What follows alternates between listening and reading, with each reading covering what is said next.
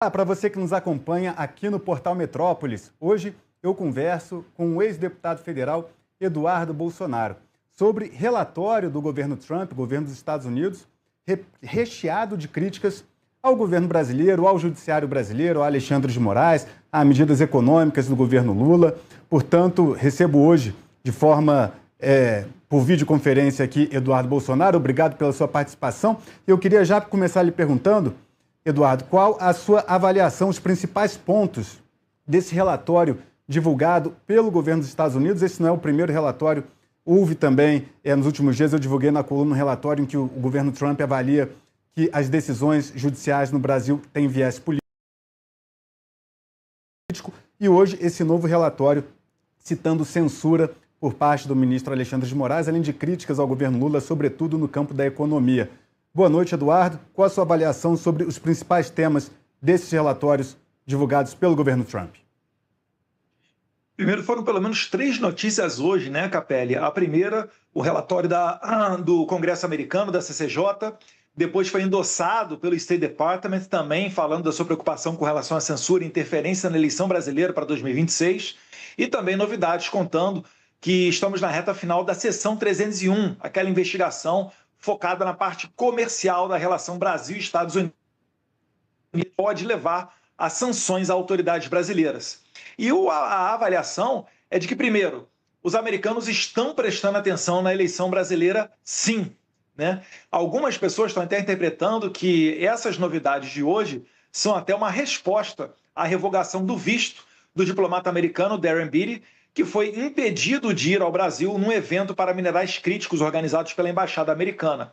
Mas mais do que isso, expõe também que o governo Lula patrocinou com dinheiro público, o meu dinheiro, o seu dinheiro do pagador de impostos, a ida de uma oficial brasileira, a vice-cônsul de São Francisco, para um evento para tratar de censura global, junto com países representados, né, países como o Reino Unido, Austrália, dentre outros. Ou seja, justamente aqueles países que mais sofrem com censura no mundo estiveram juntos no evento de uma ONG ligada à Universidade de Stanford. Então, é muita novidade. Isso daí vai dar outros desmembramentos, mas coloca em xeque, coloca um holofote na eleição do Brasil de 2026 já, Capelli. O senhor acredita que o governo Trump pode, de alguma forma, impactar na eleição presidencial do Brasil este ano? O relatório da CCJ, né, liderada pelo deputado Jim Jordan, a comissão mais importante do Congresso americano, foi bem claro. Eles dizem que na eleição de 2022, onde já houve censura, a eleição foi decidida por uma margem de menos de 2%, e isso tudo foi feito em favor do candidato Lula da Silva, que isso, se for repetido agora, né, colocará em xeque a lisura da eleição brasileira. Ou seja, pode ser, Capelli, que a gente esteja diante de, pela primeira vez na história, não ter uma eleição brasileira, se seguir nessa pegada de censura para influenciar o resultado de uma eleição a favor do Lula e do PT, talvez os Estados Unidos não reconheçam a eleição brasileira. Porque a eleição não é só você apertar um botãozinho ou o X lá no seu candidato e depois ir para casa esperar anunciarem um vencedor. Eleição é onde as pessoas têm liberdade para fazer campanha, têm liberdade de expressão para criticar quem quer que seja, e na eleição de 2022 isso já não ocorreu. Essa própria comissão fez aquilo que ficou conhecido como Twitter Files Brasil, expôs a troca de mensagens entre o TSE e o STF e o Twitter. Aí descobrimos as ordens secretas de Moraes para derrubar perfis e obrigando as plataformas a não comunicarem aos usuários bloqueados que essa ordem partia dele, ministro Alexandre de Moraes. Então isso tudo está causando muito problema, pode sim gerar consequências reais. Isso tem que ser interpretado como um alerta e o TSE tem que se movimentar para impedir essa censura nas eleições. E quais seriam essas consequências, essas sanções? O senhor acredita na volta da Lei Magnitsky para Alexandre de Moraes? Há consequências contra o governo Lula no campo das sanções? Quais seriam essa reação do governo dos Estados Unidos na sua concepção? O retorno da Lei Magnitsky pode ocorrer sim, até porque outras autoridades estavam no processo de sim serem inclusas na lista de sanções da OFAC, através da Lei Magnitsky, inclusive membros do Judiciário brasileiro. Isso já estava ocorrendo lá atrás.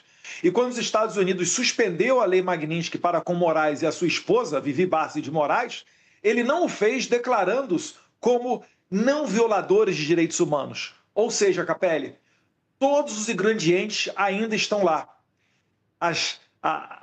Os relatórios, né, as agências americanas dando ok, reconhecendo que houve violações de direitos humanos, isso tudo ainda continua dentro dos arquivos das autoridades americanas. Basta uma conveniência política para o Trump, o secretário Rubio e o secretário Bassett apertarem novamente o botão e voltar a vigorar a Magnitsky contra essas pessoas. Mas também, para finalizar, eles podem aplicar a atual política do secretário Rubio de cancelamento de vistos, né, revogação de vistos para censores. Então, eles podem estender a lista de autoridades brasileiras impedidas de entrar nos Estados Unidos, apenas para citar 2 efeitos práticos do que pode estar por vir. Mas o visto de autoridades já foi revogado, os vistos, né? Inclusive de Alexandre de Moraes. Então, Mas pode ser estendido. A mais quem? Por exemplo, né, a gente tem eles não dizem, né, Capelli, quem são exatamente as autoridades que perderam os seus vistos. Eles dizem que quando elas forem ao aeroporto, elas vão descobrir, ou tentando entrar nos Estados Unidos, elas descobrirão. Mas isso daí pode ser estendido a todos aqueles que estão identificados como apoiadores do Alexandre de Moraes, por exemplo, ou apoiadores do Gilmar Mendes, já que o próprio relator, o ministro Gilmar Mendes, como sendo dos incentivadores daquela lei, né, daquela decisão que reinterpretou o artigo 19 do Marco Civil da Internet no passado. Ou seja, quando o STF esquentou os crimes do Moraes cometidos através de ordens secretas na eleição de 2022, atropelando a lei do Marco Civil da Internet. Quem estiver nessas equipes pode correr o risco também de ter seu visto americano revogado. As notícias dão conta de que já houve revogação de 8 dos ministros, né? Apenas André Mendonça, Cássio Nunes e Luiz Fux não teriam tido aí os vistos revogados. Ainda falando sobre Magnitsky, o senhor acredita que a revogação da Magnitsky pelo governo de Donald Trump, Magnitsky contra Moraes e Viviane Barsi de Moraes, ocorreu por quê? Foi uma conveniência política, econômica? Por que, na sua concepção, houve a revogação da Magnitsky contra Moraes pelo governo Trump? As autoridades americanas elas não especificaram, apenas genericamente, né, declararam que foi por uma questão de conveniência, né, de política internacional norte-americana. Mas é claro, a gente está diante de uma eleição agora aqui nos Estados Unidos, para o Congresso americano, você tem a inflação muito alta dentro dos Estados Unidos, você tem os Estados Unidos procurando ter uma melhor relação com o Brasil. Por isso que foi retirado a tarifa dos produtos que estavam pesando aqui no mercado dos americanos, né? Notoriamente a carne e o café. Então, esse é que foi principalmente vamos dizer assim, o pano de fundo para a retirada dessas sanções. E todo mundo sabe também que há um interesse muito grande do presidente Trump em minerais críticos. E o Brasil é o país com a segunda maior reserva mundial em minerais críticos. Então, isso daí foi o que deu espaço para a revogação dessas sanções e uma tentativa de aproximação entre os países. Mas o que eu tenho, né, em mente é que pouco importa o que o Lula prometeu aos americanos, ele não vai conseguir entregar. Cedo ou tarde os americanos vão se dar conta disso, né, porque Lula ele é um mentiroso quanto mais, né, é aquele que promete picanha em época de eleição, né, e entrega abóbora, mas também pelos seus laços com a China. Lula voltou a fazer críticas duras agora ao governo de Donald Trump depois de ter ali surgido numa condição favorável com o presidente dos Estados Unidos. Eles disseram que rolou uma química ali, né, entre Donald Trump e Lula. Foi reciprocamente ali elogios mútuos num primeiro momento e agora Lula volta a fazer críticas mais contundentes contra Trump. O senhor acredita que já está havendo um distanciamento maior entre os dois chefes de Estado? Capelli, na verdade, o Trump ele é um gênio na arte de negociar, né? Tem livros publicados sobre esse assunto. Então ele não se importa nem um pouco de sorrir ou fazer elogios a pessoas que notoriamente ele não gosta. Ele fez até também para o presidente da Colômbia, né, o Gustavo Petro, recentemente, quando o Petro então aceitou o seu convite para ir até a Casa Branca no Salão Oval. Então isso tudo é estratégia de negociação do Trump. Muitas pessoas acabam se ludibriando e achando que não, está tudo bem, ocorreu uma química. E, na verdade, não ocorreu química alguma. Há interesse entre os países. E, pelo que você está notando agora, né, esses interesses estão se aflorando. Ao que parece, como eu disse, né, o Lula parece não estar entregando aquilo que ele prometeu. E os Estados Unidos estão dando sinais de que está chegando o prazo limite.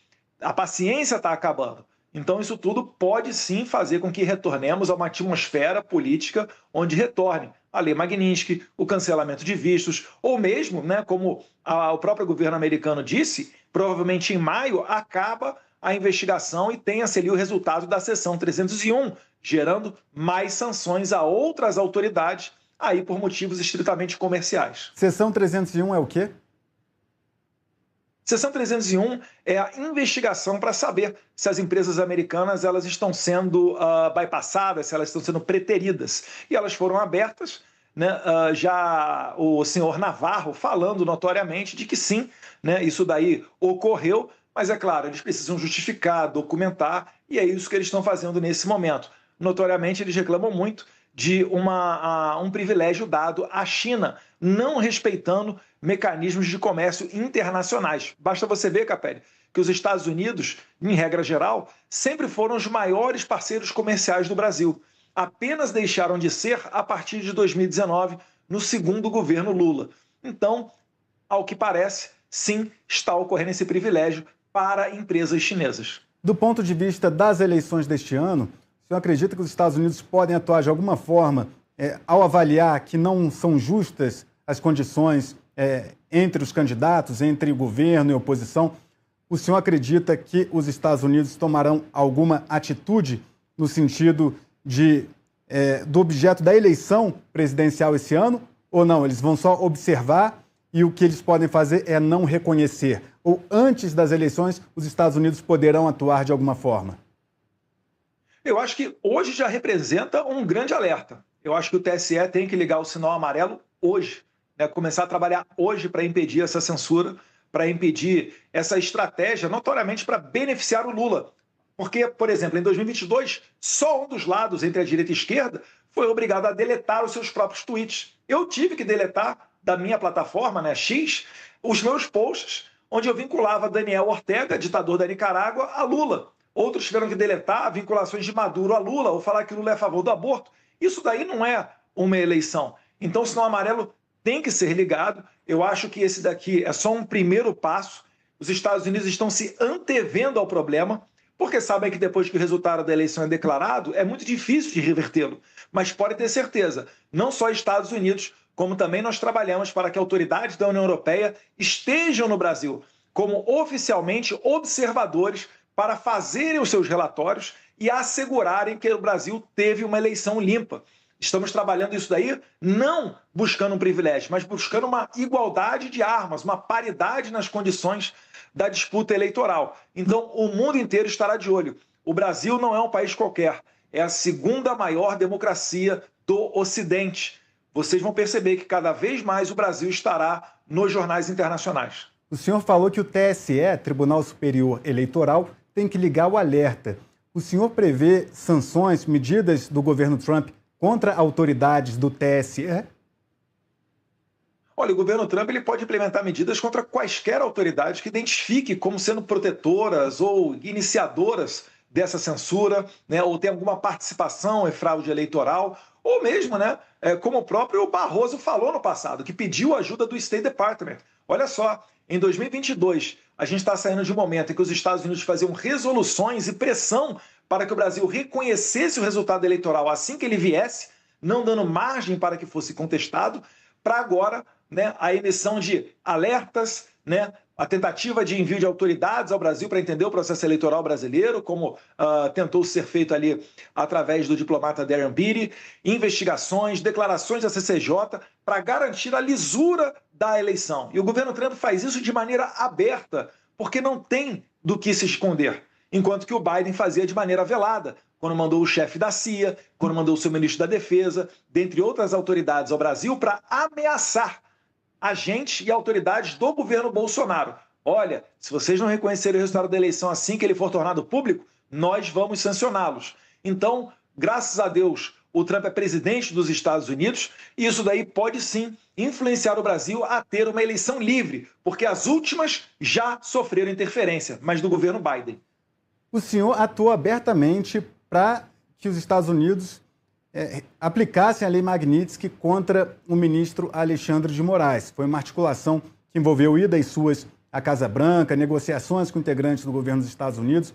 O senhor pretende articular sanções a autoridades do TSE que o senhor julgue que não estariam agindo com imparcialidade na eleição presidencial deste ano? Sem sombra de dúvidas, Capelli. A minha vinda forçada para viver em exílio tem se comprovado o maior tiro no pé do Alexandre de Moraes. Se num primeiro momento eles me chamaram de covarde, fujão e fizeram chacota, eu tenho certeza que hoje eles estão extremamente arrependidos. Porque se eu não estivesse morando aqui nos Estados Unidos, não seria capaz de ter ido tantas vezes a Washington, D.C., trabalhar e advogar a favor dessas sanções. Agora, quem assina e quem avalia, né, os fatos são as autoridades americanas. O que o senhor vai fazer? Mensageiro. O que o senhor irá fazer, então, é reportar ao governo dos Estados Unidos autoridades do TSE que o senhor avalie que não estariam agindo com correção nas eleições deste ano, é isso?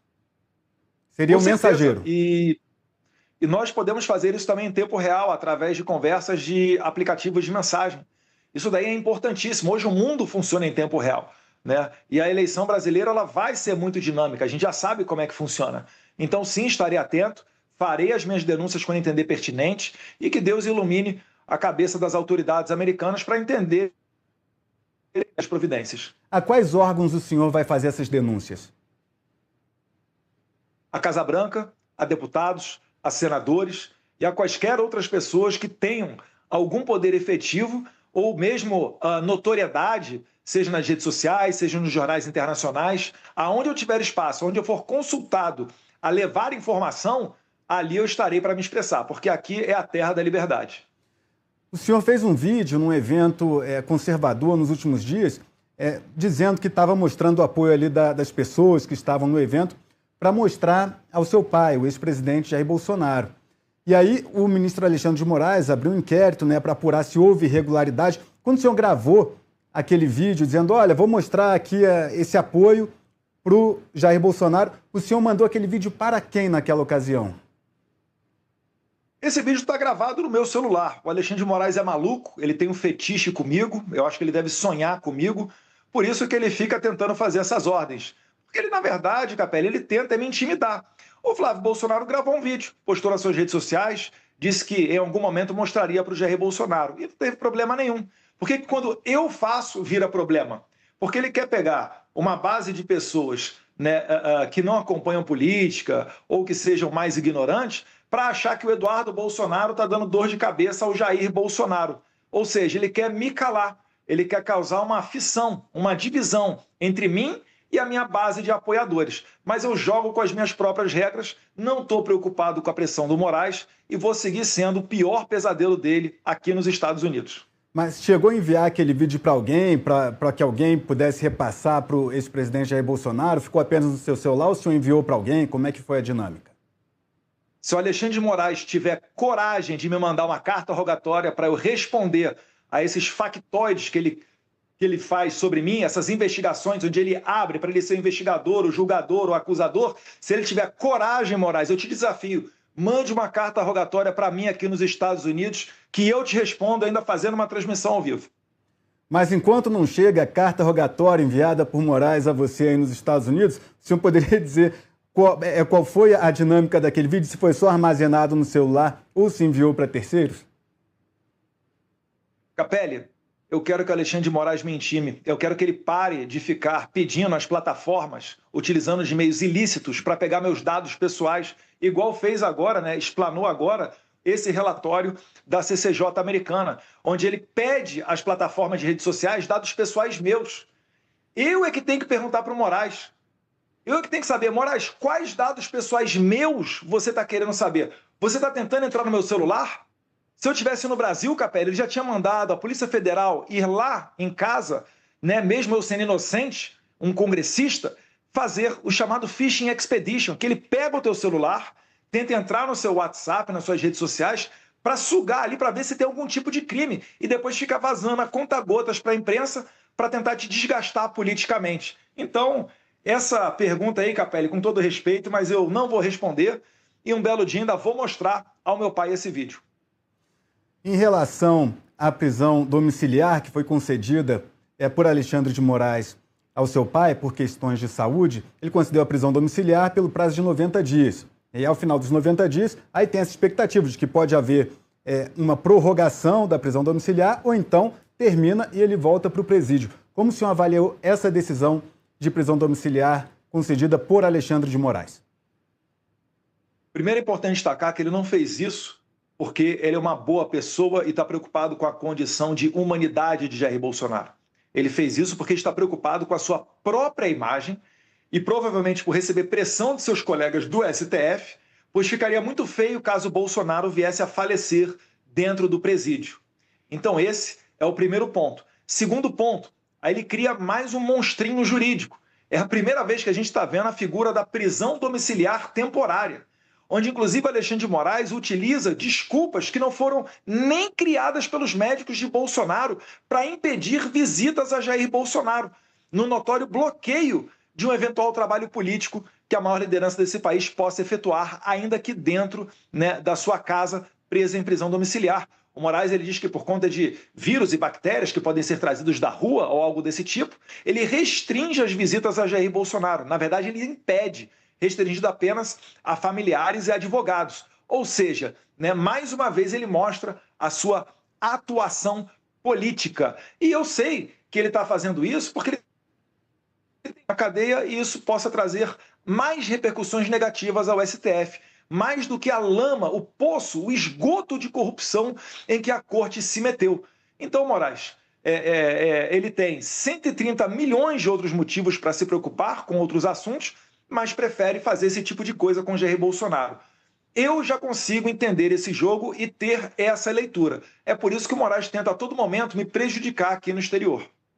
Em relação às eleições, Flávio Bolsonaro, que foi o candidato escolhido por Jair Bolsonaro para disputar a presidência, muitas pessoas achavam que ele teria uma dificuldade de crescer por conta da rejeição, que seria alta, mas a gente está agora no mês de abril, acabamos de entrar em abril, e as pesquisas apontam um empate técnico entre ele e o presidente Lula. Algumas pesquisas com variação, Flávio um pouco à frente, o presidente Lula um pouco à frente, ou um empate técnico ali, mas o fato é que ele conseguiu um crescimento que foi mais rápido do que muitas pessoas no campo político acreditavam que seria. A que se deu essa elevação do Flávio Bolsonaro nas pesquisas, na sua concepção? Existem diversos fatores, Capelli? O primeiro deles é o comparativo. Como é que você está agora e como é que você estava 4 anos atrás? É óbvio que você está pior agora, 4 anos atrás, ainda que com pandemia, guerra se iniciando lá na Rússia contra a Ucrânia com repercussão no mundo inteiro, a maior seca do último século, ainda assim você via um presidente conseguindo reduzir, por exemplo, o preço da gasolina, comprando briga com governadores, comprando batalhas dentro do Congresso. E agora o que você vê é um presidente inerte, muito mais preocupado em viajar o mundo em uma lua de mel eterna com a Janja, do que se preocupar com os problemas do povo, no momento em que a gasolina em vários estados chega aos R$8. Alguns está até beirando R$10, dizem. Então você consegue perceber uma insatisfação com a economia. Segundo ponto, principal, a questão da segurança. O brasileiro já não tem mais a possibilidade de sair de casa. Você pode morrer igual porco na rua porque um menor de idade conseguiu comprar um 38 numa favela dominada pelo tráfico de drogas. E o Flávio Bolsonaro apresenta a solução para isso.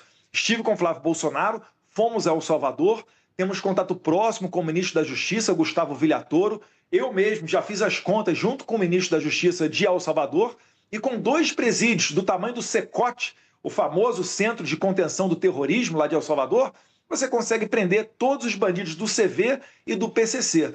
Então o Flávio ele tem condições de dar respostas efetivas na segurança pública, tal qual o Jair Bolsonaro deu, reduzindo em 1/3 o número de homicídios, no mesmo momento em que aumentava o acesso a armas legais para o cidadão de bem. Então a gente sabe como é que faz, o povo tem clareza disso, e isso é que está alavancando principalmente o Flávio. Quando o senhor esteve com ele pessoalmente, qual foi a mensagem, a conversa entre o senhor e Flávio Bolsonaro sobre a candidatura dele? Ele te passou as impressões que ele está tendo sobre a candidatura, os projetos dele para a eleição? Como é que foi essa conversa? Primeiro, é muito bom, né? Sempre bom encontrar com meu irmão. Estou impedido de retornar para o meu país, lamentavelmente. Então, dar um abraço nele sempre é positivo. E a gente conversa igual sempre conversamos, né? A gente fala dos cenários, estamos falando aí de candidaturas que o quanto antes a gente tem que bater o martelo e decidir pelo país inteiro. Não é algo fácil, né? Muitas das vezes não depende só de nós, depende de várias outras lideranças estaduais e nacionais, mas é sempre uma conversa boa. Eu estou muito feliz que ele está empolgado, está cheio de energia e muito confiante na vitória. A gente só quer duas coisas, Capelli, que é exatamente o que o Flávio Bolsonaro falou no discurso dele no CPEC americano, aqui no Texas, e é o que saiu hoje no relatório da CCJ do deputado Jim Jordan. Não haver censura na eleição e que as eleições sejam limpas e transparentes. Se isso ocorrer, eu tenho certeza, Flávio Bolsonaro será o próximo presidente, perdoará Jair Bolsonaro e governará ao lado de Jair Bolsonaro o Brasil pelos próximos, pelo menos, 4 anos. Como é que está a sua relação, Eduardo, com a ex-primeira-dama Michele Bolsonaro? Teve aquela carta do Bolsonaro pedindo união da direita, pedindo que a direita se pacificasse. Ele soltou aquela carta pouco depois de críticas suas a Michele Bolsonaro, né? O senhor já fez críticas ao governador de São Paulo, Tarcísio. Aí veio aquela carta do presidente Bolsonaro, que não citou o senhor nominalmente, mas pedindo ali que parasse a direita de se atacar entre si para haver uma união. Como é que o senhor interpretou aquela carta do ex-presidente Jair Bolsonaro e como é que está a sua relação ou não relação com Michele Bolsonaro? Eu interpretei como muito positiva. Eu acho que tem que haver o único nome que representa a possibilidade de virada de página do Brasil desses tempos sombrios de prisão política, de censura. Então, efetivamente, aquele que é capaz de dar uma anistia efetiva a todos esses presos políticos chama-se Flávio Bolsonaro. E o presidente Jair Bolsonaro pediu união em torno do nome dele, né? Lamentavelmente, muita gente interpretou isso errado, acha que união é parar de cobrar apoio ao Flávio Bolsonaro, só que a gente está num país livre e as pessoas estão conseguindo perceber que gente dentro do PL que não apoia o Flávio Bolsonaro está sofrendo desgaste. E isso daí, infelizmente, é inevitável. O senhor me falou... Com relação a Michele... Desculpe, perdão? Pode continuar. Em relação a Michele? Com relação a Michele, é tranquilo. A gente respeita ela tem um bom trabalho na pauta, principalmente das mulheres, né? Rodou o país inteiro, nós valorizamos isso. Está no PL Mulher, está junto lá com o presidente Valdemar, tem a sua sala no Brasil 21, faz os seus eventos, é uma favorita candidata ao Senado pelo Distrito Federal e assim vai continuar sendo. Da minha parte, não tem um problema nenhum com relação a isso, é um excelente quadro. Agora, qualquer tipo de embate ou discussão, isso aí acontece em qualquer lugar, né? A gente tenta fazer da maneira mais interna possível, então publicamente aqui fica só meus elogios. Um beijo, a minha madrasta Michele, saudades também. Em relação à candidatura de Flávio, é cada vez menor a quantidade de pessoas que acham que ele pode ser substituído, por exemplo, por Tarcísio para disputar a presidência da República, dado o tempo que está chegando aos 45 do segundo tempo, mas ainda tem aí alguns dias. Há alguma possibilidade, por mais remota que seja, de Flávio não ser candidato para que Tarcísio assuma essa candidatura à presidência? Não, Capelli, até o próprio Tarcísio tem falado publicamente na sua intenção de sair candidato à reeleição. Tarcísio está no Republicano, Flávio Bolsonaro está no PL. Eu acho que está muito bem feito esse arranjo, isso aí está encaminhado. Inclusive, fiquei muito feliz de ouvir, né, essa convergência de intenções.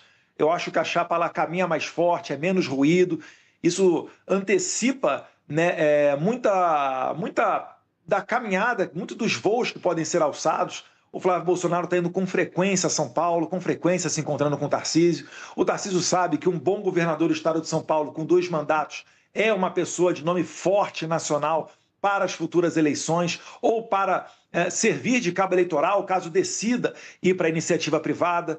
E o Tarcísio também sabe que muitas das obras que ele iniciou, ele vai conseguir terminar agora, nesses 4 anos, que, se Deus quiser, será reeleito governador do estado de São Paulo. Então, isso daí traz muita alegria e o projeto político segue adiante. Para a gente encaminhar para a parte final agora, o senhor me disse que tem horário também aí, mas para a gente caminhar para a parte final, a Polícia Federal vem fazendo um bom trabalho nas investigações sobre o caso Master, dado o volume de informações, né, que a imprensa vem noticiando em relação a investigados, a documentos, a repasses de dinheiro? A Polícia Federal vem fazendo um bom trabalho no caso Master? Olha, Capelli, aqui dos Estados Unidos, mais do que nunca, eu tenho acompanhado muitas redes sociais, né? E a Polícia Federal, com esse trabalho, né, no caso do Banco Master, ela está resgatando a sua credibilidade. Muito ficou associado àquele destacamento da PF junto ao Alexandre de Moraes, algo que é uma jabuticaba brasileira, uma bizarrice que você só vê no Brasil. É difícil até de você explicar para o americano aqui que você tem o juiz da Suprema Corte com orçamento próprio e o destacamento com força letal próprio. Isso não existe em lugar nenhum no mundo, só no Brasil. Mas era a imagem que estava fixando na gloriosa Polícia Federal. E agora, com o caso do Banco Master, isso aí tem sido resgatado. Também no caso do INSS, tive a oportunidade hoje de falar com um deputado que presidiu a comissão, né, Alfredo Gaspar, uma satisfação. Telefonei para ele enquanto cidadão para agradecer ele pelos serviços bem feitos. E olha o que ele conseguiu produzir, né? Material suficiente para botar 15 bandidos na cadeia, resguardando, né, para que mais aposentados não fossem assaltados. Então é isso que a gente espera da Polícia Federal, né, do deputado, não só Alfredo Gaspar, mas da classe política brasileira. Nesse caso do Banco Master, muito positivo. É um mérito do presidente Lula, do governo Lula, dar essa autonomia para a Polícia Federal fazer as investigações do jeito que está fazendo? Tem mérito do governo nisso? O governo sempre tem a sua intenção política, né? Ele está pressionando muito o centro, né? E aí eu não estou falando aqui que não existe culpa no cartório, mas é que as motivações elas são muito diferentes. Durante o governo Bolsonaro, a Polícia Federal sim tinha independência para fazer aquilo que bem quisesse. Hoje, ela serve como instrumento político. Você vê que depois que o Bolsonaro ele ficou mais à vontade, a sua Polícia Federal ficou mais agressiva. Hoje em dia você vê até policiais federais, como por exemplo o delegado Chor, processando, enquanto eu ainda era deputado federal, me processando administrativamente na PF. Então a motivação das ações, elas são diferentes. É por isso que eu não dou parabéns para o Lula, porque ele faz uma atuação para perseguir, não com a finalidade de investigar um crime e punir. Porque se assim fosse, ele estaria pedindo a prisão do seu próprio filho. Só para fazer um contraponto aqui, no meu programa eu dou sempre espaço para todos os lados, para todos os espectros políticos, para que a população chegue à conclusão que quiser. Semanas atrás eu entrevistei aqui o líder do governo no Senado, Randolfo Rodrigues, e na visão dele, o que ele declarou aqui foi o seguinte, que seria um mérito do governo Lula, a Polícia Federal está fazendo essas investigações. A gente sabe que a Polícia Federal pediu até a quebra de sigilo do Lulinha, filho do presidente Lula, e o Randolph falou que seria um mérito do governo Lula não interferir na Polícia Federal, diferentemente, segundo Randolph, do que teria acontecido no governo Bolsonaro quando houve trocas de diretorias, de delegados que tocavam investigações. Essa foi a posição do Randolph. O senhor gostaria de comentar? Com certeza, né? Jair Bolsonaro foi o único presidente de toda a história do Brasil impedido de nomear o seu diretor-geral, o Alexandre Ramagem. Isso sim foi uma interferência na Polícia Federal, né? Quando você coloca lá o Andrei para no pé do ouvido receber conselhos de advogados do Prerrogativas com relação a Lulinha, isso daí com certeza, né, não faz parte, né, de uma Polícia Federal independente. E a questão de quebra de sigilo, ela só ocorreu porque a CPI já estava em cima para quebrar e também porque existia muita pressão popular. Se assim não fosse, o Lulinha estaria livre, leve e solto para continuar cometendo seus crimes. Então o Randolph, né, falar de Polícia Federal isenta, pelo amor de Deus. Bom, como tradição aqui nas minhas entrevistas, eu sempre concedo ao entrevistado o direito aí de fazer um último comunicado, um último pronunciamento para todo mundo que está nos assistindo aqui no Metrópolis. E assim eu abro esse espaço também para o senhor Eduardo Bolsonaro. Obrigado, Capelli. Aqui, ex-deputado federal, quase ex-policial federal, né, talvez até ex-advogado futuramente, com as contas bloqueadas, com a esposa com as contas bloqueadas, impedido de ver o seu próprio pai, impedido de que seus netos vejam, né, o avô. Não sei se voltarei a ver meu pai em vida ainda, mas para falar para vocês que vale a pena o sacrifício. Não se preocupem, eu sei que eles querem a vocês, nós só estamos no meio do caminho, mas vai valer a pena, porque nós lutamos pelo certo. Deus está conosco, então quem poderá ser contra nós? Se nós nos mantivermos resilientes e resistentes, podem ter certeza que nós venceremos. Obrigado, Capelli. Boa noite. Eduardo Bolsonaro, muito obrigado pela sua participação aqui no programa. Eu convido a você que nos assistiu até agora aqui no Metrópolis a se inscrever no canal no YouTube, acessar as redes sociais e a coluna Paulo Capelli em metrópolis.com. metrópolis.com/Paulo Capelli. Todas as notas e entrevistas da coluna estão disponíveis no site do Metrópolis. Assim eu encerro a entrevista com Eduardo Bolsonaro. Passo a bola para Natália André. Você continua muito bem acompanhado, até melhor acompanhado agora com Natália André.